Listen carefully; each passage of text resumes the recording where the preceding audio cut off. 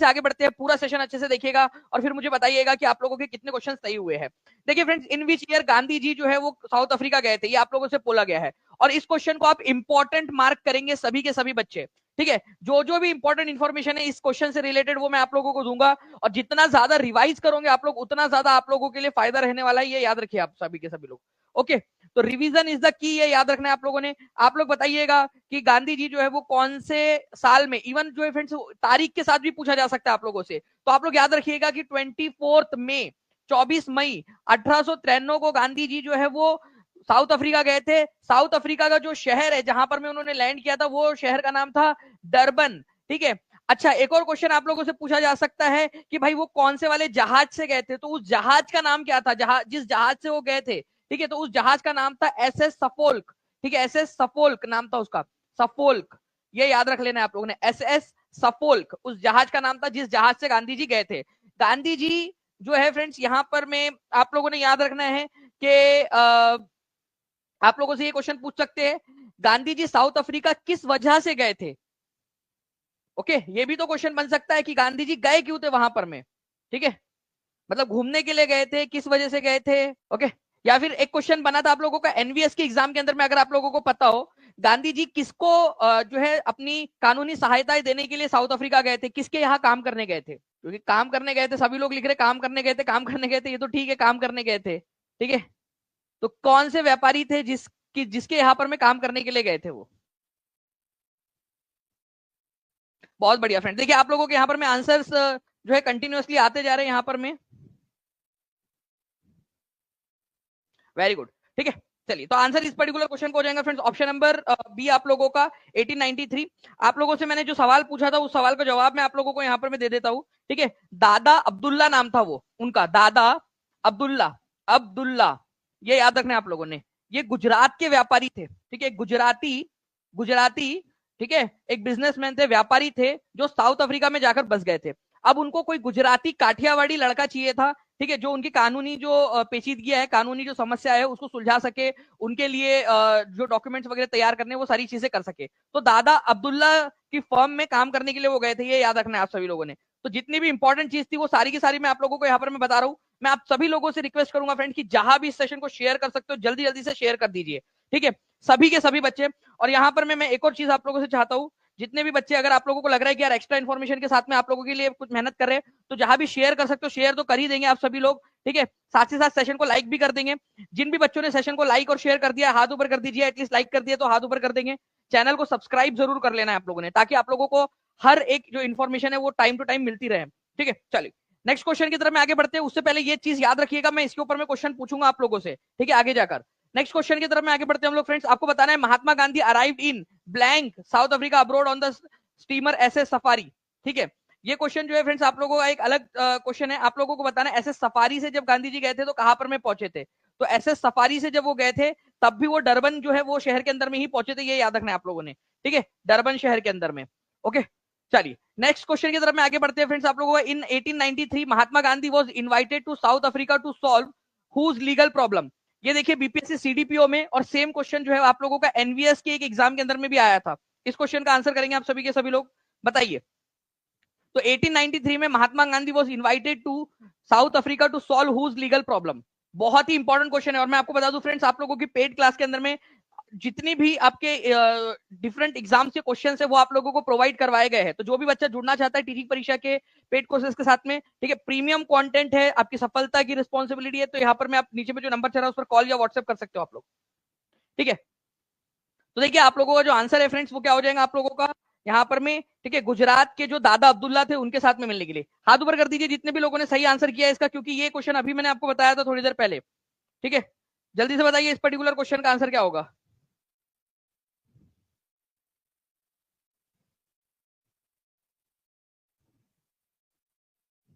Okay, तो answer जो है फ्रेंड्स आप लोगों ने यहाँ पर मैं दे दिया, आंसर डी हो जाएगा आप लोगों का। नेक्स्ट क्वेश्चन की तरफ में आगे बढ़ते हैं। एशियाटिक सोसाइटी ऑफ बंगाल की स्थापना किसके द्वारा की गई थी। बहुत ही फेमस क्वेश्चन है, एशियाटिक सोसाइटी ऑफ बंगाल की स्थापना sir William Bentinck, sir William Jones, sir James Tod. तो एशियाटिक सोसाइटी ऑफ बंगाल की स्थापना ये कौन से ईयर में हुई थी, ये भी क्वेश्चन बहुत इंपॉर्टेंट है। ये भी क्वेश्चन एग्जाम के अंदर में आने की प्रबल संभावना बनती है आप लोगों की। ठीक है, कौन से ईयर के अंदर में। ठीक है, चलिए, तो देखिए फ्रेंड्स, यहाँ पर मैं अगर हम लोग बात करेंगे इस पर्टिकुलर क्वेश्चन की आप लोगों की, जिसके अंदर में ये बोला गया है आप लोगों से कि भाई एशियाटिक सोसाइटी की स्थापना किसने की थी, तो एशियाटिक सोसाइटी की स्थापना जो है फ्रेंड्स 1784 के अंदर में, ठीक है, विलियम जोन्स ने की थी। ठीक है, 1784 में, 1784 के अंदर में, ये याद रखना आप लोगों ने, बहुत इंपॉर्टेंट है, विलियम जोन्स ने की थी, सर विलियम जोन्स। लिख दो कमेंट के अंदर में सभी के सभी लोग, एशियाटिक सोसाइटी ऑफ बंगाल की स्थापना 1784 और विलियम जोन्स, लिखेंगे सभी के सभी लोग, विलियम जोन्स ने की थी। ठीक है, इंपॉर्टेंट पॉइंट है ये वाला, क्वेश्चन बहुत ज्यादा इंपॉर्टेंट है। चलिए नेक्स्ट क्वेश्चन की तरफ में हम लोग आगे बढ़ते हैं फ्रेंड्स। आप लोगों को बताना चाहूंगा कि जब जिस समय में इन्होंने ये स्थापना की थी एशियाटिक सोसाइटी ऑफ बंगाल की, उस समय में गवर्नर जनरल ऑफ बंगाल कौन थे? ठीक है, गवर्नर जनरल ऑफ बंगाल, ये भी क्वेश्चन बन सकता है। तो उस समय में गवर्नर जनरल ऑफ बंगाल थे वॉरेन हेस्टिंग्स। ठीक है, वॉरेन हेस्टिंग्स, हेस्टिंग्स। ये भी क्वेश्चन बना था एक बार एग्जाम के अंदर में कि जिस समय एशियाटिक सोसाइटी ऑफ बंगाल की स्थापना की थी विलियम जोन्स ने, उस समय में बंगाल के गवर्नर जनरल कौन थे? तो वॉरेन हेस्टिंग्स थे। ठीक है, ये बन सकता है क्वेश्चन। चलिए जल्दी जल्दी से सेशन को लाइक जरूर कर दीजिए फ्रेंड, जितने भी लोग हैं जिन्होंने सेशन को लाइक कर दिया वो हाथ ऊपर कर दीजिए जल्दी जल्दी से। ठीक है, ताकि मैं समझ सकूं कि कौन बच्चे यहाँ पर जो अपना इनपुट दे रहे हैं सेशन के अंदर में, ताकि पूरी टीम मोटिवेट हो सके। चलिए नेक्स्ट क्वेश्चन जो है फ्रेंड्स आप लोगों का, ये क्वेश्चन देखिए बीपीएससी टीआरई के अंदर में पूछा गया। अब ये क्वेश्चन आप लोगों का केवीएस में भी आ सकता है, डी ट्रिपल एसबी के अंदर में भी आ सकता है आप लोगों का। तो 18 देखो 1784 के अंदर में किसने एशियाटिक सोसाइटी ऑफ बंगाल की स्थापना की थी? तो आंसर हो जाएगा William Jones, C is the correct answer. आप लोगों का बीपीएससी टीआरई 2.2 का ये क्वेश्चन है आपका। नेक्स्ट, भारत के पहले हिंदी भाषा के अखबार का नाम बताइए जिसे पहली बार 30 मई 1826 के अंदर में प्रकाशित किया गया था। अब क्वेश्चन में क्या है कि भारत का पहला हिंदी अखबार कौन सा है, ये आप लोगों से क्वेश्चन बन गया। ठीक है, भारत का पहला हिंदी अखबार कौन सा है ये बताना था आप लोगों ने।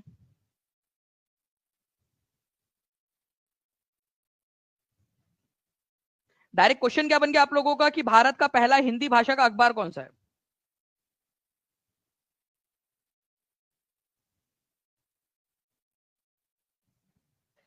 चलिए, तो देखिए फ्रेंड्स आप लोगों को बता दूं मैं कि भारत का जो पहला हिंदी भाषा का अखबार था वो था उदंत मार्तंड। ठीक है, उदंत मार्तंड कलकत्ता में प्रकाशित हुआ था ये। ठीक है, और पंडित जुगल किशोर जो शुक्ला थे उन्होंने जो है फ्रेंड्स इसको स्टार्ट किया था। ठीक है, 30 मई 1826 को, लेकिन उसके अगले ही साल जो है फ्रेंड्स इसको बंद करना पड़ गया था। ओके, तो पंडित जुगल किशोर शुक्ला जी ने इसको स्थापित किया, स्टार्ट किया। ठीक है, कानपुर के रहने वाले थे वो, कलकत्ता में जाकर बस गए थे, वकील थे, लेकिन आर्थिक तंगी के कारण, ठीक है, इसको बंद करना पड़ा 1827 के अंदर में, अगले ही साल 1827 के अंदर में ये बंद हो गया न्यूज़पेपर। ठीक है, बंद हो गया। तो भारत का पहला हिंदी भाषा का न्यूज़पेपर, ठीक है, 30 मई 1826 को स्टार्ट हुआ था, 1827 में बंद हो गया। उदंत मार्तंड हिंदी भाषा का, देवनागरी स्क्रिप्ट के अंदर में पूरी तरह से ये प्रकाशित होता था। मैं आपको एक चीज और बताना चाहता हूं, भारतीय पत्रकारिता दिवस, ठीक है, नेशनल जर्नलिस्ट डे, ठीक है, तो भारतीय पत्रकारिता दिवस या राष्ट्रीय पत्रकारिता दिवस कब मनाया जाता है? राष्ट्रीय, ठीक है, पत्रकारिता, ठीक है, पत्रकारिता दिवस कब मनाया जाता है? ये क्वेश्चन अगर आ जाए आप लोगों से तो याद रखना है 30 मई को मनाया जाता है। ठीक है, जिस दिन उदंत मार्तंड जो है वो छपना स्टार्ट हुआ था उस दिन की याद में। ठीक है, 30 मई को नेशनल जर्नलिस्ट डे, ठीक है, 30 मई को आता है राष्ट्रीय पत्रकारिता दिवस। ठीक है, तो आंसर इसका ऑप्शन नंबर 2 होने वाला है, उदंत मार्तंड का आपका। चलिए आगे बढ़ते हैं हम लोग फ्रेंड्स नेक्स्ट क्वेश्चन की तरफ में। ये देख सकते हो उदंत मार्तंड का ओरिजिनल कॉपी जो एक संजो के रखी गई थी, उसका एक आप सैंपल देख सकते हो। किंग जॉर्ज 5 और क्वीन मैरी की बंबई यात्रा के समारोह के लिए कौन सा स्मारक बनाया गया था? देखिए हमारे भारत के अंदर में, ठीक है, किंग जॉर्ज 5 और क्वीन मैरी जो है भारत आए थे वो 1911 के अंदर में। ठीक है, दिल्ली दरबार भराया गया था। ठीक है, तो दिल्ली दरबार में वो शामिल होने के लिए आए थे, बॉम्बे में वो आए थे। ठीक है, तो उनके आने के याद में, ठीक है, ताकि दानिश सर आगे जाकर जब वो आए उसके कई, ठीक है, 100 जो है 15-16 साल बाद, ठीक है, उनके आने के बाद में दानिश सर ये क्वेश्चन पढ़ा सके। ठीक है, इस वजह से उन्होंने जो है ये क्वेश्चन पढ़ाने के लिए ये स्मारक बना दिया। तो गेटवे ऑफ इंडिया बनाया गया था मुंबई के अंदर में। ठीक है, ये याद रखना है आप लोगों ने, जिसको उस समय बंबई बोला जाता था, आज हम लोग मुंबई बोलते हैं, मुंबई के अंदर में आप लोगों को मिलेगा। आगे बढ़ते हैं हम लोग फ्रेंड्स। उदन मार्तंड नामक समाचार पत्र के प्रथम संपादक कौन थे? ठीक है, प्रथम संपादक, और जो है फ्रेंड्स आप लोगों को बता दूं वही उसके जो है स्टार्ट करता भी थे, उन्होंने ही इसको निकाला था। बताइए जल्दी से इसका आंसर क्या होगा। जुगल किशोर शुक्ला जो है फ्रेंड्स, इसके जो है याद रखना है आप लोगों ने, ठीक है, जुगल किशोर शुक्ला, ठीक है, ये याद रखना है आप लोगों ने। इसके जो है संपादक भी थे, प्रथम संपादक, और इसको शुरू करने वाले भी थे, ठीक है। तो आंसर यहाँ पर में उपरोक्त में से कोई नहीं हो जाएगा आप लोगों का। तो आंसर क्या हो जाएगा आप लोगों का फ्रेंड्स, पंडित जुगल किशोर शुक्ला। इंपॉर्टेंट पॉइंट है, एग्जाम के अंदर में आप लोगों से पूछ सकते हो, तो प्लीज इस पर्टिकुलर पॉइंट को याद रखिएगा। काफी बार ये एग्जाम के अंदर में आप लोगों से पूछा जाता है, ठीक है। इसी दिन जो है फ्रेंड्स हम लोग जो है राष्ट्रीय पत्रकारिता दिवस, हिंदी पत्रकारिता दिवस, ये दोनों के दोनों हम लोग कौन से तारीख को, कौन से दिन मनाते हैं, राष्ट्रीय पत्रकारिता दिवस और हिंदी पत्रकारिता दिवस, दोनों के दोनों जो है फ्रेंड्स हम लोग मनाते हैं 30 मई को, इसी समाचार पत्र को प्रकाशित होने की याद में, ठीक है। तो संपादक और इसके स्थापनकर्ता थे जुगल किशोर शुक्ला, ठीक है, ये याद रखना है आप लोगों ने। उदंत मार्तंड का शाब्दिक अर्थ क्या होता है, तो सूर्य, समाचार सूर्य, ठीक है, ये याद रखेंगे आप सभी। नाउ फ्रेंड्स आप लोगों से ये क्वेश्चन बन सकता है आप लोगों का, तो आंसर इसका हो जाएगा ऑप्शन नंबर 3, 30 मई को जो है फ्रेंड्स हिंदी पत्रकारिता दिवस जो है मनाया जाता है आप लोगों का। इंपॉर्टेंट एग्जाम में पूछ सकते हैं, भारत में पहली कपास मिल की स्थापना कहाँ हुई थी, ये बता दीजिए आप लोग। देखिए अगर मैं बात करूं भारत में पहली कपास मिल की स्थापना कहां पर में हुई थी, तो भारत के अंदर में पहली कपास मिल की स्थापना जो है फ्रेंड्स बॉम्बे के अंदर में हुई थी, ये याद रखना है। कौन से साल में हुई थी ये भी क्वेश्चन बन सकता है आप लोगों का, तो 1854 के अंदर में हुई थी। किसने की थी अगर ये क्वेश्चन पूछ लिया जाए तो प्लीज इसको भी याद रखना आप लोगों ने, कोवास जी नाना भाई डावर, ठीक है, ठीक है, पारसी व्यापारी थे, ओके, कोवास जी नाना भाई डावर, उन्होंने जो है इसको की थी, ये याद रखेंगे आप लोग, ठीक है। तो द बॉम्बे स्पिनिंग मिल के नाम से इसको जाना जाता था, ठीक है। कोवास जी नाना भाई डावर, उन्होंने बॉम्बे के अंदर में पहली जो कॉटन मिल थी उसको स्थापित किया था 1854 में। तो पहली कपास मिल कौन से साल में हुई थी, ईयर भी आप लोगों से पूछ सकते हैं, तो ईयर भी प्लीज याद रख लीजिएगा आप लोग, ईयर आपसे पूछा जा सकता है, 1854 इसका आंसर हो जाएगा, ईयर अगर आपसे पूछ ले तो प्लीज लिख दीजिए बॉम्बे 1854, लिख दो सभी के सभी लोग कमेंट में, बॉम्बे 1854, ठीक है। नाउ नेक्स्ट क्वेश्चन जो है फ्रेंड्स आपको बताना है कि 1050 ईस्वी में प्रसिद्ध सोमनाथ मंदिर पर किसने आक्रमण किया था। आप लोग बताइए सोमनाथ मंदिर कौन से स्टेट के अंदर में है, ठीक है, कौन से स्टेट में, ये भी बता देंगे आप लोग, जल्दी जल्दी से आंसर करते जाइए। सोमनाथ मंदिर कौन से स्टेट के अंदर में मिलेगा आपको।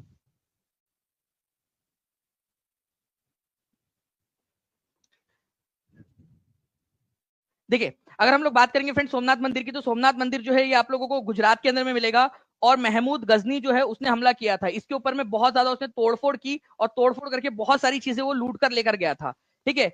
महमूद गजनी के आगे में ये गजनी या फिर गजनवी लिखा जाता है, गजनवी। तो ये गजनवी क्या है, गजनी या गजनवी क्या है, तो ये एक्चुअली अफगानिस्तान का एक शहर है, अफगानिस्तान का एक सिटी है गजनी, ठीक है। तो वो गजनी का रहने वाला था, इसी वजह से उसको गजनी या गजनवी कहते थे, ये याद रखना है आप लोगों ने। तो गजनी या गजनवी इसलिए कहा जाता था महमूद को, क्योंकि वो गजनी का रहने वाला था, अफगानिस्तान में उसकी राजधानी थी, ठीक है। चलिए तो B is the correct answer. Now friends किस ज्वालामुखी को भूमध्य सागर का लाइट हाउस कहा जाता है, इंपॉर्टेंट मार्क करो इस क्वेश्चन को, ये कभी भी आप लोगों से जो है फ्रेंड्स पूछा जाने की संभावना बन जाती है, इंपॉर्टेंट मार्क करेंगे सभी लोग इसको, ओके। और क्यों कहा जाता है अगर किसी को पता है तो वो भी बता दीजिए। सेशन को लाइक एंड शेयर जरूर करते रहे सभी लोग, और जिन्होंने चैनल को सब्सक्राइब नहीं किया है, टीचिंग परीक्षा चैनल को सब्सक्राइब कर लेना है। नाउ अब देखिए फ्रेंड्स किस ज्वालामुखी को भूमध्य सागर का लाइट हाउस कहा जाता है, तो ये कहा जाता है स्ट्राम्बोली को। अब ये स्ट्राम्बोली जो है ये कौन से महासागर के अंदर में है, ये क्वेश्चन कौन से वाले जो है सागर के अंदर में है, ये क्वेश्चन आप लोगों का यहीं पे क्लियर हो गया। भूमध्य सागर के अंदर में क्वेश्चन ये भी बना था कि स्ट्राम्बोली नाम का जो आपका ज्वालामुखी ये कौन से सागर के अंदर में, तो भूमध्य सागर में है। अब ये भूमध्य सागर कहां पर में है, तो भूमध्य सागर जो है फ्रेंड्स अगर मैं आपको बताऊं, ये हमारा भारत है मान लीजिए, यहाँ पर में ये पूरा का पूरा बड़ा सा अफ्रीका है, यहाँ पर में भारत को ज्यादा ही बड़ा बना दिया हमने, लेकिन ये अफ्रीका रिप्रेजेंटेशन के लिए बता रहा हूं मैं आपको, ये अफ्रीका और ये यूरोप जो है ना उसके बीच में यहाँ पर में भूमध्य सागर है, ठीक है। ये यहाँ पर में आप लोग देख सकते हो, ये भूमध्य सागर आपका, ठीक है। अब भूमध्य सागर के अंदर में, ठीक है, यहाँ पर में इटली नाम का एक देश है, ठीक है, इटली। इटली जो है उसके अगर आप नीचे में जाओगे, इटली के थोड़ा सा नीचे में, तो यहाँ पर में सिसिली आइलैंड आपको मिलेगा, सिसिल आइलैंड, ओके। तो इटली और सिसिल आइलैंड के बीच में यहां पर में आप लोगों को स्ट्रैम्बोली नाम का एक द्वीप मिलता है, स्ट्रैम्बोली। और वो जो स्ट्रैम्बोली नाम का द्वीप है वहां पर में ये ज्वालामुखी है। और ये ज्वालामुखी को क्यों कहते हैं पता है आप लोगों को, light house of the Mediterranean sea. भूमध्य सागर है ये पूरा का पूरा आपका भूमध्य सागर, भूमध्य सागर में भी उसका छोटा सा हिस्सा है भूमध्य सागर का, टेरिनियन सी बोलते हैं इसको, ठीक है। तो टेरिनियन सी जो है भूमध्य सागर का पार्ट है। वहां पर में जब आप देखोगे तो पिछले 2000 साल से हम कंटिन्यूअसली देख रहे हैं कि कभी कभी ये ना फटता रहता है, ठीक है, कभी भी मतलब इसमें से निकलता है, ठीक है, लावा जो है निकलता रहता है, कभी भी फटता, एक्टिव है, जो दुनिया की जो सबसे एक्टिव वोल्केनोज है ना उनमें से एक है ये, और छोटा छोटा जो है वो फटता रहता है, इसमें से ऐश जो है राख वगैरह निकलती रहती है। तो इस वजह से जो है इसको भूमध्य सागर का लाइट हाउस कहते हैं, क्योंकि दूर से भी कई सारे नाविक जो है कई बार ये फटता है ना तो समझ जाते हैं अच्छा इधर में उधर में स्ट्रैम्बोली नाम का जो वोल्केनो वो उधर साइड में, हमको तो इधर साइड जाना था करके अपना रास्ता बदलना है या नेविगेट करना है तो उन लोगों को पता चल जाता है, ठीक है। तो भूमध्य सागर का light house of the Mediterranean sea Stromboli को कहा जाता है। स्ट्रैम्बोली को क्यों कहते हैं, क्योंकि ये फटता रहता है, 2000 साल का रिकॉर्ड है इसका, कभी भी मतलब आए गए दिन जब मन मर्जी हुई फटता रहता है अपना, ठीक है। कहां पर में भूमध्य सागर के अंदर में, भूमध्य सागर के अंदर में भी अगर कहां पर में ये बोल दिया जाए आप लोगों से तो टेरिनियन सी है, टेरिनियन सी जो है ये आपका भूमध्य सागर का ही पार्ट है, एक भाग है उसका। चलिए मैं आप लोगों को ये क्वेश्चन रिवाइज करवा के याद करवा दूंगा। कितने लोग चाहते हैं कि रिवाइज करवाते रहूं मैं इस क्वेश्चन को आपको, ताकि आपको याद हो जाए अलग अलग प्रकार से, ठीक है, तो हाथ ऊपर करके बता देंगे, ठीक है। नाउ फ्रेंड नेक्स्ट क्वेश्चन जो है, इस क्वेश्चन को इंपॉर्टेंट मार्क करिए क्योंकि इसमें आता है आप लोगों का पॉक्सो जो है, इसका फुल फॉर्म भी कई बार पूछ लिया जाता है, ठीक है, तो पॉक्सो का फुल फॉर्म भी बता दीजिएगा आप लोग। देखिए फ्रेंड्स, अगर मैं सबसे पहली बात करूं आप लोगों से पॉक्सो की, तो पॉक्सो जो है ना इसका फुल फॉर्म है प्रोटेक्शन ऑफ चिल्ड्रन, ठीक है, बच्चों की रक्षा करना, protection of children from sexual offences. कई सारे खराब लोग होते हैं जो बच्चों को भी नहीं छोड़ते, बच्चों के साथ में भी जो है क्राइम करते हैं, सेक्सुअल ऑफेंसेस करते हैं, तो उसको लेकर जो है फ्रेंड 2012 के अंदर में एक एक्ट बना था जिसको पॉक्सो एक्ट बोला जाता है आपका, तो prevention of children from sexual offences, ठीक है। ये एक्ट कब आया था, 2012 में आया था, ठीक है। तो प्रिवेंशन नहीं था वो, ठीक है, क्या था वो, प्रोटेक्शन था, तो protection of children from sexual offences, तो आंसर क्या होने वाला है आप लोगों को, ऑप्शन नंबर डी हो जाएगा, ठीक है। तो protection of children from sexual offences 2011 तो है नहीं, 2011 तो है नहीं, आप लोगों का 12 होने वाला है, तो प्रोटेक्शन ऑफ चिल्ड्रन, तो प्रोटेक्शन है, प्रिवेंशन और प्रोटेक्शन के अंदर में ये याद रखना आप लोगों ने, 12 मैंने आपको बता दिया क्यों एलिमिनेट किया हम लोगों ने यहाँ पर में, ठीक है, 2 ऑप्शन एलिमिनेट कर दिया था, 11 नहीं था 12 है वो, तो आंसर इसका ऑप्शन नंबर डी हो जाएगा आप लोगों का, ठीक है, D is the correct answer, ठीक है। एक बार फुल फॉर्म अगर आप लोगों को लिखना है तो आप लोग लिख भी सकते हो, और 2012 में आया था। पॉक्सो एक्ट कब आया था, ये क्वेश्चन बहुत बार आता है, ठीक है, it is the most important question, ठीक है, one of the most important question में से एक है ये आपका, ठीक है। चलिए, ठीक है, चलिए नेक्स्ट क्वेश्चन की तरफ में आगे बढ़ते हैं, इनमें से कौन सा दर्रा पश्चिमी घाट पर्वत श्रृंखला में नहीं है, ठीक है। अब पश्चिमी घाट क्या होता है, दर्रा क्या होता है, ये समझो आप लोग। ये हमारा भारत है, ठीक है, मान लीजिए, ओके, यहां पर में पूरा पश्चिमी जो ये पहाड़ों की पूरी श्रृंखला है ना नीचे तक, इसको पश्चिमी घाट बोला जाता है, और ऐसा ही एक यहाँ पर में भी है लेकिन थोड़ा टूटा फूटा है, पूर्वी घाट बोलते हैं इसको, बात यहाँ पर में पश्चिमी घाट की हो रही है। दो पहाड़ों के बीच का जो रास्ता है ना उसको घाट, उसको जो है दर्रा कहा जाता है, पास, पास या फिर दर्रा, ठीक है, दो पहाड़ों के बीच के रास्ते को दर्रा कहा जाता है, ये याद रखना है आप लोगों ने, ओके। चलिए, तो चलिए, तो देखिए फ्रेंड्स यहाँ पर में अगर हम लोग बात करेंगे आप लोगों का, तो पश्चिमी घाट जो है आप लोगों का वेस्टर्न घाट, फाल घाट, भोर घाट, खैबर दर्रा, पाल घाट। मैं अगर एक बात पूछूं आपसे, ये खैबर दर्रा अगर किसी को पता होता, थोड़ा सा भी, एक जनरल नॉलेज की बात होती है, अगर आपको थोड़ा सा भी पता है, थोड़ा सा भी नॉलेज है आप लोगों को, ऑप्शन एलिमिनेट करना आता है, तो आपको पता होगा कि ये पाकिस्तान के अंदर में है खैबर दर्रा, ठीक है, पाकिस्तान के अंदर में। तो भारत के अंदर में पश्चिमी घाट के अंदर में होने का तो सवाल ही नहीं उठता, पश्चिमी घाट तो दूर की बात है, भारत के किसी भी हिस्से में नहीं है वो, ठीक है। तो खैबर पास जो है आपका पाकिस्तान के अंदर में पड़ता है। थाल घाट, भोर घाट, पाल घाट जो है ये पश्चिमी घाट के अंदर में पड़ते हैं। ये देखिए आप लोग, major mountain passes in western Ghat, ये यहाँ पर में आप लोग देखिए थाल घाट है आपका, थाल घाट, ओके, थाल घाट, थाल घाट जो है मुंबई और नासिक के बीच में है, ठीक है। वही अगर मैं आप लोगों से बात करूं, ये आप लोगों का भोर घाट है, भोर घाट जो है फ्रेंड्स आप लोगों का मुंबई और पुणे के बीच में, मुंबई और पुणे के बीच में जो पहाड़ है ना उनके बीच में रास्ता है, तो मुंबई पुणे, मुंबई से पुणे जाना है तो भोर घाट होते हुए जाना पड़ेगा आप लोगों को। उसके बाद में जो है फ्रेंड्स अगर मैं बात करूं आप लोगों से, ठीक है, पाल घाट की, तो पलक्कड़ और कोयम्बटूर, केरल और तमिलनाडु को जोड़ता है, केरल और तमिलनाडु के बीच में जो रास्ता है वो है आप लोगों का पाल घाट। आपका पाल घाट कहाँ पर मैं जल्दी से बता जी, तो आप लोगों का जो आंसर है फ्रेंड्स यहाँ पर में, ठीक है, ये आप लोगों ने याद रखना है कि जो पाल घाट है ना ये कौन से वाले पर्वत श्रृंखला के अंदर में, तो पश्चिमी घाट में ये भी बनता है क्वेश्चन आप लोगों का। बाकी खैबर दर्रा मैं आपको दिखाता हूँ, देखिए ये पाकिस्तान है, ठीक है, ये पाकिस्तान है। अगर आपको इधर से मध्य एशिया से होते हुए पाकिस्तान और इंडिया की तरफ में आना है तो ये खैबर पास से जाना पड़ेगा आपको, खैबर पास, खैबर दर्रा पाकिस्तान में है, ठीक है, और सेंट्रल एशिया अफगानिस्तान वगैरह से आने के लिए वही रास्ता है अगर आना है आपने तो, ठीक है, उधर से पैदल पैदल आना है, अपनी सेना लेके आना है तो खैबर पास से होते हुए आएंगे। खैबर दर्रे के पास में एक शहर है पेशावर, पेशावर नाम सुना है क्या कभी आप लोगों ने, पेशावर शहर का, पाकिस्तान का एक शहर है पेशावर, कितने लोगों ने नाम सुना है या कितने लोग जिन्होंने नाम सुना ही नहीं है? ठीक है, हाथ ऊपर करो दोनों प्रकार के लोग, बताइए आप लोग हाथ ऊपर करके बताओ कि क्या आपने सुना है या नहीं सुना है नाम पेशावर। ठीक है, पेशावर, तो पेशावर जो है पाकिस्तान का एक शहर है, वो उसी दर्रे के पास में है। ठीक है, पेशावर के बारे में अगर मैं आपको बताऊं तो इसको पुरुषपुर बोला जाता था एक समय में, पुरुषपुर, पुरुषपुर। ठीक है, पुरुषपुर बोला जाता था इसको। कुषाण करके राजा हुआ करते थे, कुषाण, कुषाण जो राजवंश थे उनकी राजधानी थी ये पुरुषपुर, राजधानी। आज उसको पेशावर बोलते हैं, पहले उसका नाम था पुरुषपुर, और कुषाण लोगों की राजधानी थी। इसी वजह से याद आया मुझे, तो मैंने आपको बता दिया। वैसे एक चीज करे, कुषाण से फिर कनिष्क, कनिष्क से फिर बुद्धिस्ट काउंसिल, मतलब एक सिरा पकड़ के हम कहीं पे भी निकल सकते हैं। ठीक है, अगर आप पढ़ना चाहते हो तो मुझे बताइए, अगर मुझे लगेगा कि आप पढ़ने वाले बच्चे हो और हर बच्चा ठीक है अपना अपना योगदान दे रहा है, तो मैं आप लोगों को इस तरीके से एक्स्ट्रा इन्फॉर्मेशन देके भी पढ़ाऊंगा। प्यार दो तरफा होना चाहिए, क्या बोलते फैज, बराबर है ना? ठीक है, तो यहां पर मैं सभी लोग सेशन को लाइक एंड शेयर जरूर करते रहेंगे, आप सभी के सभी। चलिए देखिए फ्रेंड्स, अगर मैं बात करूं यहाँ पर मैं निम्नलिखित पुर्तगाली गवर्नरों में से किसने भारत में बीजापुर के शासक से गोवा को अधिकृत कर लिया था? कौन सा पुर्तगाली गवर्नर था? ठीक है, कौन सा पुर्तगाली गवर्नर था जिसने भारत में बीजापुर के शासक से गोवा को छीन लिया था? देखिए हमारा भारत जो है फ्रेंड्स, उसके अंदर में सबसे पहले जो यूरोपियन लोग आए थे उनमें थे वो पुर्तगाली लोग। सबसे पहले पोर्तुगीज जो है भारत के अंदर में आए थे, ये आप लोगों ने याद रखना है। ये सबसे पहला एक इंपॉर्टेंट पॉइंट है आप लोगों का। उसके बाद में जो है आप लोगों को ये याद रखना है कि पुर्तगालियों ने गवर्नर्स बनाने स्टार्ट कर दिए थे भारत के अंदर में। ठीक है, कोई एक उनका मेन अधिकारी होता था, ठीक है, जो पूरे के पूरे उनके बिजनेस को हैंडल करता था। फ्रांसिस्को डी अल्मेडा, ये पहला गवर्नर था उनका, first governor, first Portuguese governor, पहला गवर्नर। ठीक है, पुर्तगालियों का पहला गवर्नर फ्रांसिस्को डी अल्मेडा।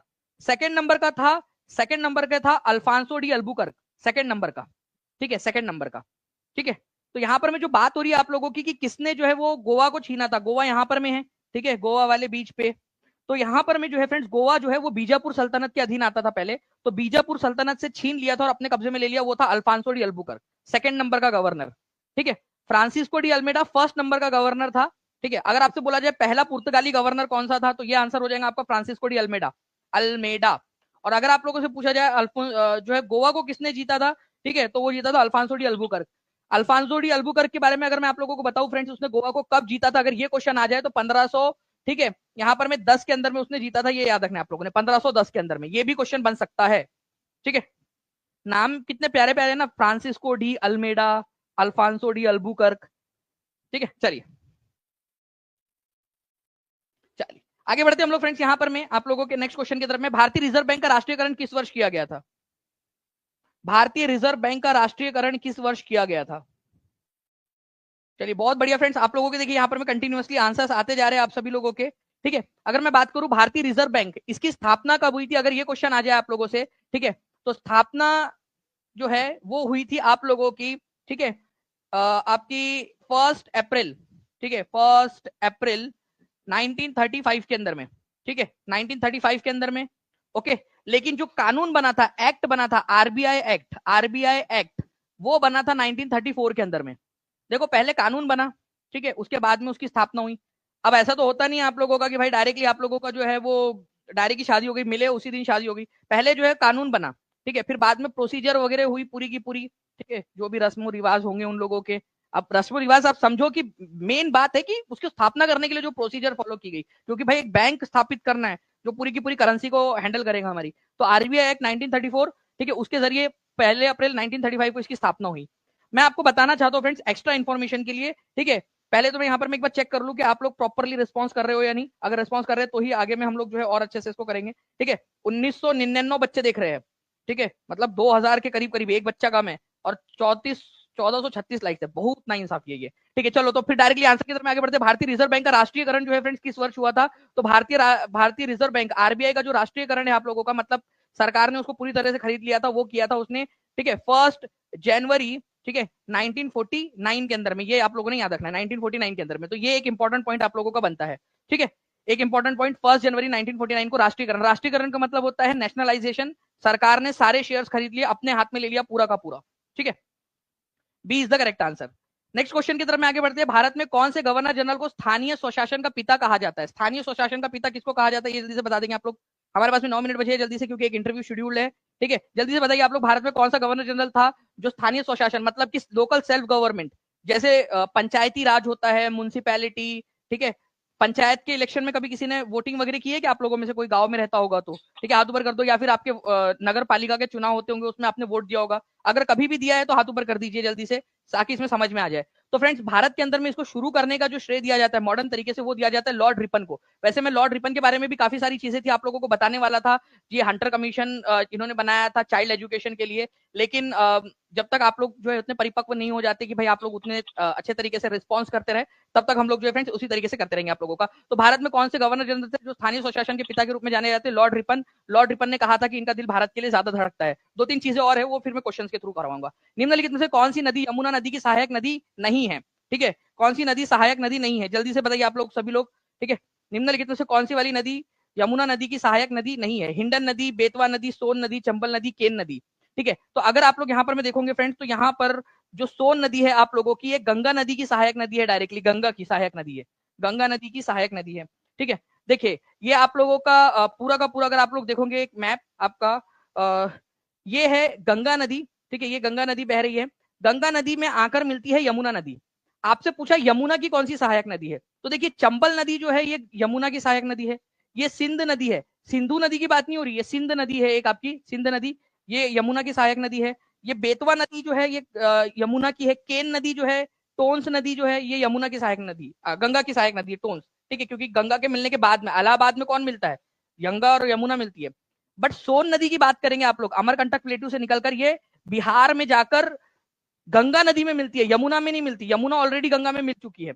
ये आप लोगों ने याद रखना था, ये 2 पॉइंट है आप लोगों के। ठीक है, तो सोन नदी गंगा की सहायक नदी है, ना कि यमुना की। ठीक है, तो सोन नदी। बाकी हिंडन नदी जो है आप लोगों को याद रखेंगे फ्रेंड, उत्तर प्रदेश के अंदर में, यूपी के अंदर में, ये यमुना में ही जाकर मिलती है, यमुना में। ठीक है, यमुना में। बेतवा नदी यमुना की सहायक नदी है, यमुना। ठीक है, उसके बाद में चंबल नदी यमुना की। ठीक है, और केन नदी ये भी यमुना की है, यमुना। केन बेतवा आप लोगों को पता होगा ना, वो लिंकिंग प्रोजेक्ट मध्य प्रदेश के अंदर में बन रहा था, केन बेतवा प्रोजेक्ट, कि केन और बेतवा नदी जो है इनके बीच में यहाँ पर में पानी का आदान प्रदान हो।